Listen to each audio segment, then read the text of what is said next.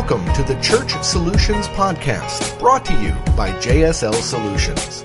The Church Solutions Podcast is designed to help equip you and your church in the use of technology and other tools and services. And now, here are your hosts, Steve Lacy and Phil Thompson.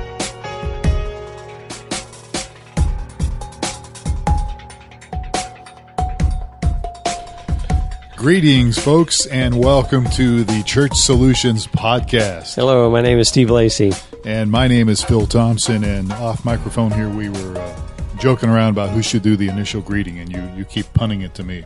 That's right. You sound much better radio voice. Well, plus you look better for radio today with your No Shave November going. That's right, and you should get into the No Shave November. You should do it. I'm not sure my wife would allow that, but who cares what she thinks? That's right. It's only a month, huh? And then I'll be back in good graces. Exactly. Yeah.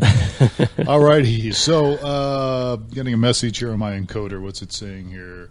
We're good. So as we are rambling on here, thank you for joining us for the Church Solutions Podcast. And we are a company called JSL Solutions. We bring you streamingchurch.tv, churchapplive.com, as well as myflock.com. And those are streaming video, mobile apps, as well as websites and church management tools. And we talk a lot about tech-related things as well as leadership-related issues. That is true. And today we're going to go back to tech here a little bit. Before we do that, I want to encourage you. Not too techy, though, but it's a little techy. A little more techy, but not as techy. It's more techy than the last than 2 the or 3 leadership weeks. ones. Yes, yeah, that's true. But yeah, we are going to go a little tech here.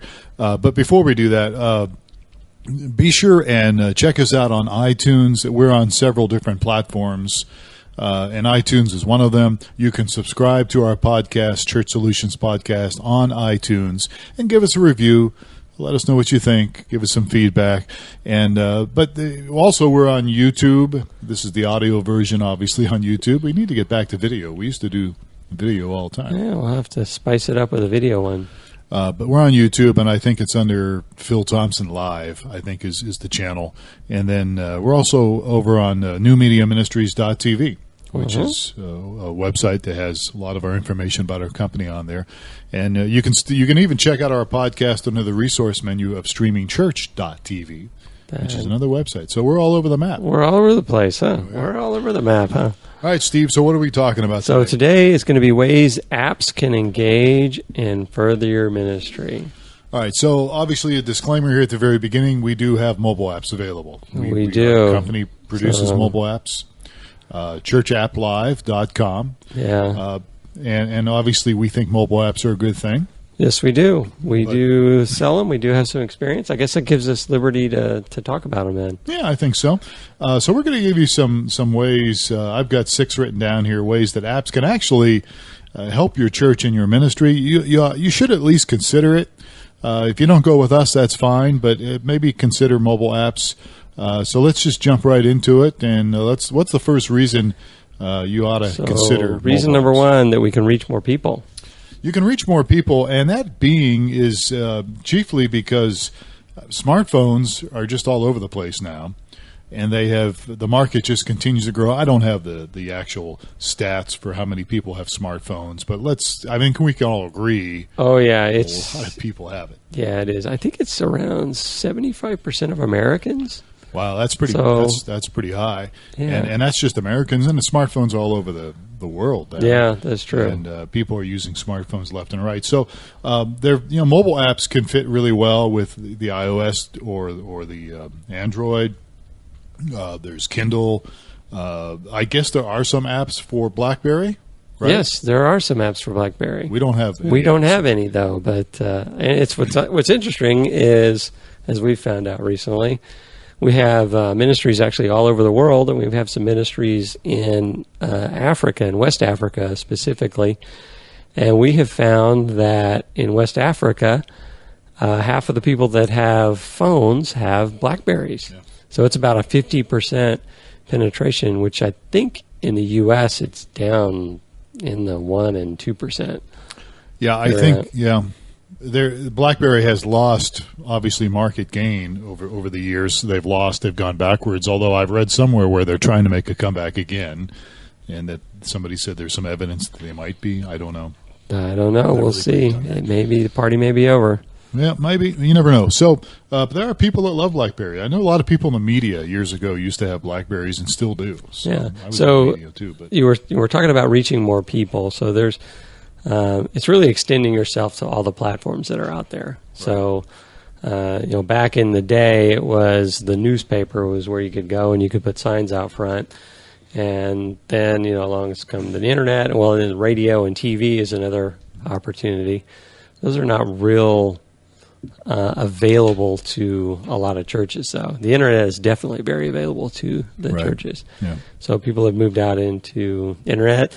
iTunes is another area where churches have expanded their reach, where they'll, it's easy to take your sermons and put them as a podcast. And I know that many of the churches are doing that. So in the same fashion, mobile apps. There's now, as we said, lots of smartphones out there and millions of mobile apps out there. So this is another platform that you can extend your reach to, those that are carrying those smartphones. Yeah, absolutely. So consider that as a possibility. And there's all sorts of companies out there. There are several companies that we're aware of that do apps specifically for churches. Easy for you to say specifically, and we're one of them. So consider us as a possibility there. And actually, if people do streaming video with us, they get a mobile app for no extra charge. That is true. We do. If you want it branded, there is a one-time fee for that, but that's very reasonable. Yeah. So, or if you're a MyFlock customer, you have access to the app too as well. That's absolutely true. So, all right. So you can reach more people if you have a mobile app. It increases your potential to reach more people. The second thing is you can increase the engagement of those folks that you have. And there's several ways to do that, and you've developed a couple things there, Well, Steve. one element of it is just the fact that it's a very personal device, and it's something they're sticking in their pocket or purse or whatever. So it's something they're going to interface with. So your engagement level is brought up, and they're taking it with them everywhere they go. Right. Yeah. So it's become the go-to device wherever you are. I mean, I'm sure Graydon, your son, and my kids are the same way. You take them out to dinner, and they spend half their time with their face down on their phone. Yeah, I do that too, actually. Yeah, I try to stay on my best behavior, though. Yeah. So it's actually not that bad. But in lulls in the conversation around the house or whatever, then the phone does come out. So back to the engagement piece, our app is designed to be very interactive.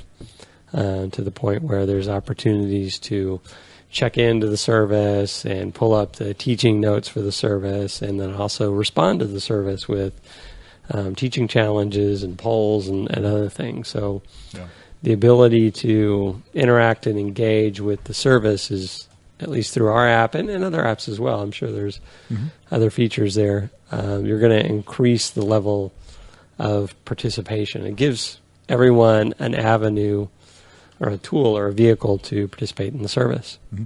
And there's other things even outside the service, like push notifications. That's true. If you want to send out something very quickly to your members, a lot of our customers have back east. You've got weather issues. We don't think much about that here in Tucson, Arizona, but back east, the Midwest, there's blizzards that come up. I pastored in the Midwest for a while, and there was I think we actually did cancel a service one time, and we tried to get the word out as best we could, but that was in the early 2000s, and all we had was email back then. But now, and we've got customers that use that for that very reason. They send out a push notification if a blizzard's coming, and they've decided to, reschedule the service or something. It's a great way to connect up with all your members if they've been, encourage them to install your app, and then you've got you have a two-way communication channel to them.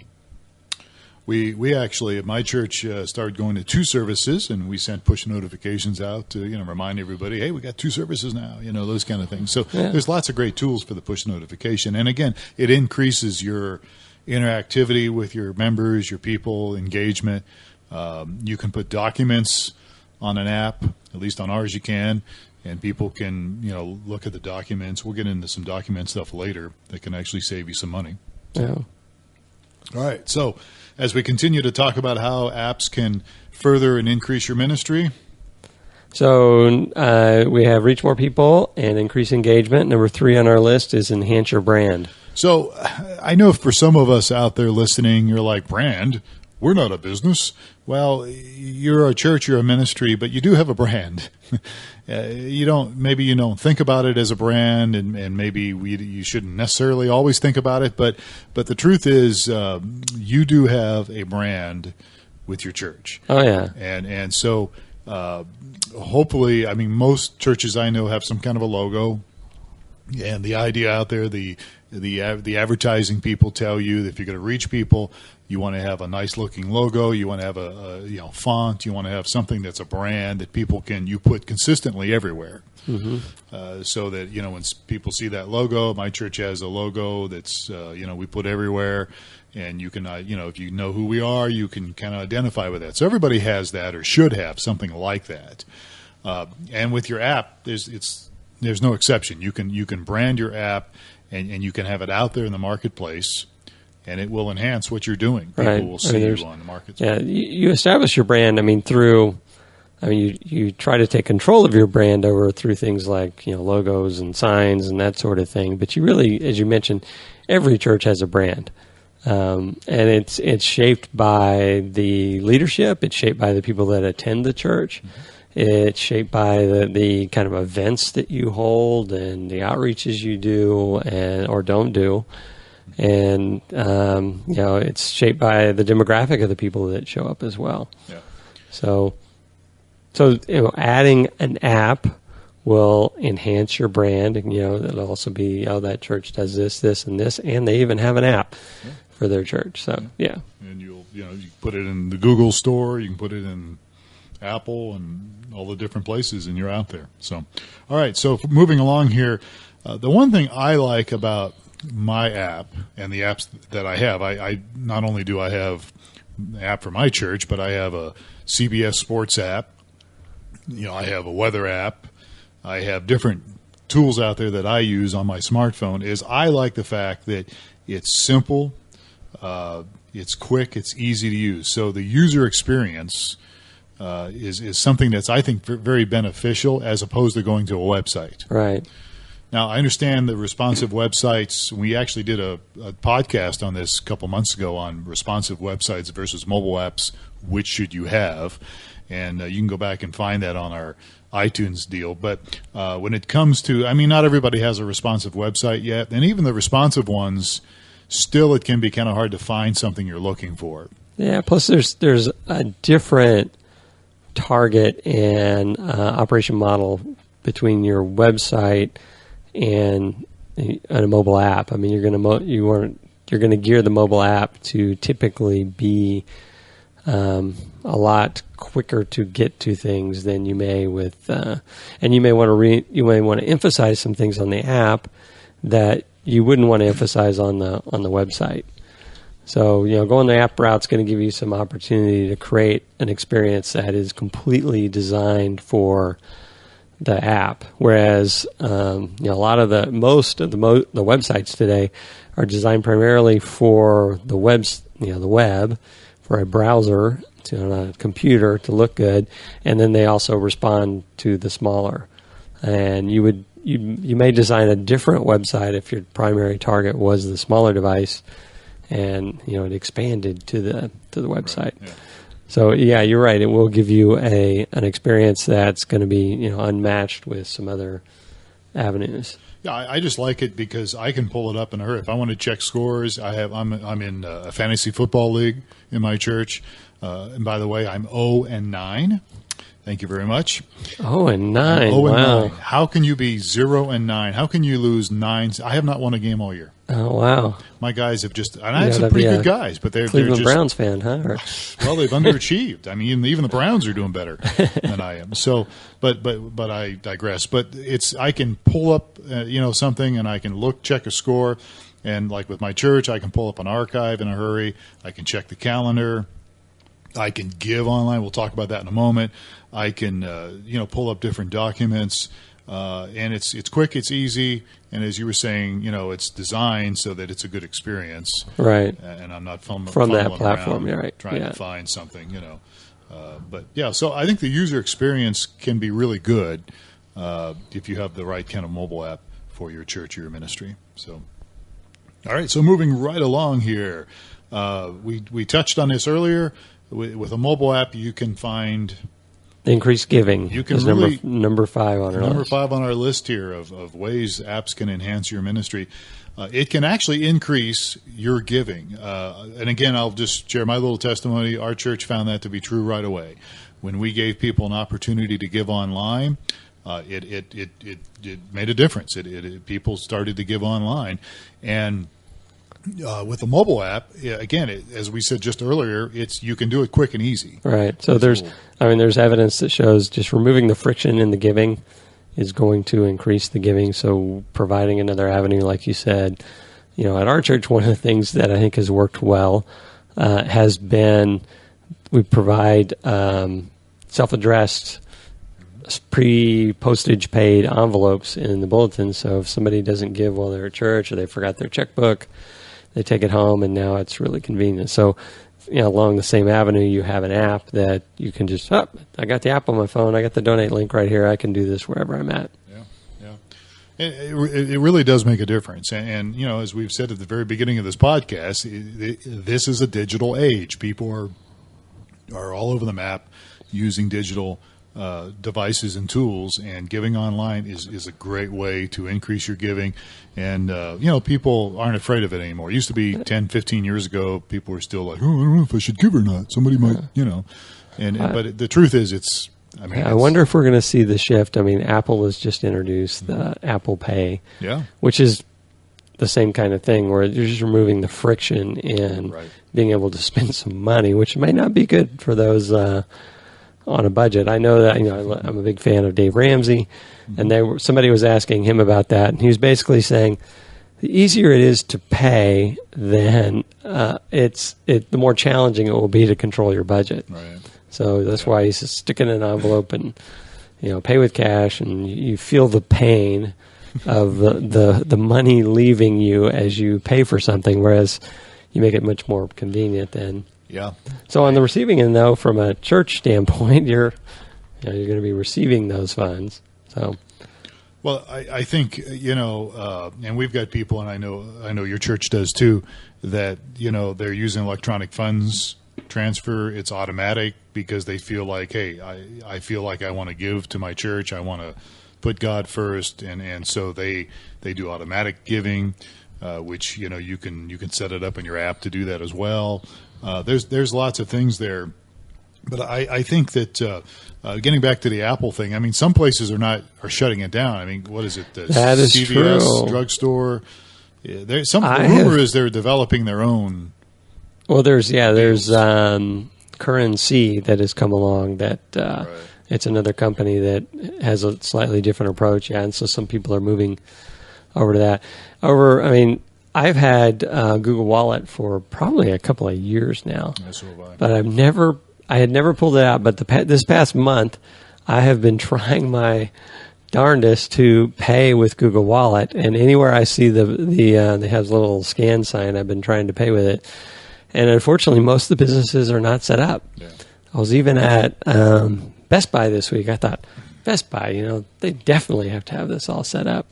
Didn't have. Well, the cashier said, I don't think that's going to work, and the first time my phone recognized the register was at least turned on to the point where it would recognize the phone and do the beep, and then it came back with some problem with their cash register, and they said they weren't set up. I was just listening to a podcast before I came over here in the background, and it was a comparison between the Android devices now and the Apple devices, and one of the remarks was. I can use my Google Wallet, and the gal who's on the Apple side, the iOS 8 side or whatever it is, she goes, so who uses Google Wallet? And you just confirm that. But it's even though I wonder if it's the jury's out whether Apple's going to shift the tide like they have with a lot of other things, where everyone starts, paying with their phone. I think the more people pay with the Apple Pay, they're going to pay with other means as well. Yeah. Jury's out how fast that's going to happen, but my crystal ball says it's going to be much more prevalent. I think just the fact that we're used to now paying online, or at least I'm used to paying online. I think the majority of Americans are used to and comfortable with paying for things online. We're going to see that it is more convenient to just whip out your phone and leave your wallet at home. Yeah, and there's different opinions on that, but I concur with you on that as well. In fact, I just saw an article, I didn't read it yet, how there was talk about how Apple Pay is going to affect PayPal, which is another company we use and I use a lot. But the subtitle was, many people think it's actually going to benefit PayPal. And I don't know why that is. I have to look at the article, but the overall flow or the trend, I think. I think it will, because they're the pioneer in this whole area, and I think they're going to. I think as the idea becomes more familiar, I know that we have people that you need to pay things, and I have some people that aren't on the PayPal bandwagon, and it's just so convenient to be able to do that. I like it, and as you were saying, paying online, I mean, I pay all my bills online through my bank, my online banking, and I mean, generally what I do is when I get the mail and I have a bill, I just open up the computer, and in 2 minutes I've paid it. Yeah. And if I have 3 or 4 bills, it's less than that time. I mean, I can just whip it all out and it's done. I can barely remember the time when you used to go and write the check and then put it in the return envelope and then go find a stamp and then throw the bill over on your dresser drawer or whatever and wait for your trek out to the mailbox, but with all your bills. I haven't done that in a long time. It's been a long time. I actually still pay some bills for my church with snail mail, but anyhow, we're getting off track here. But the bottom line is here, it can increase your church's giving because it's just easy and convenient. Mm-hmm. And and some of you might feel like this is wrong. People shouldn't be doing this because they're going to get in debt. And you're more than welcome to disagree with us. We'd love to hear from you and get some thoughts on you. So we need to wrap this up. Yeah. The last point about how I think apps can really help your ministry engage and further your ministry is you can actually save money by using an app. And here's my point, and I'm not doing this, so I'm hypocritical here, but I'd like to do it. And that is, how almost every church has a program, a bulletin. There's a trend now to have digital bulletins. And there's actually a company out there that can do that for you. I can't think of the name of it now. But you could actually put a bulletin on your app.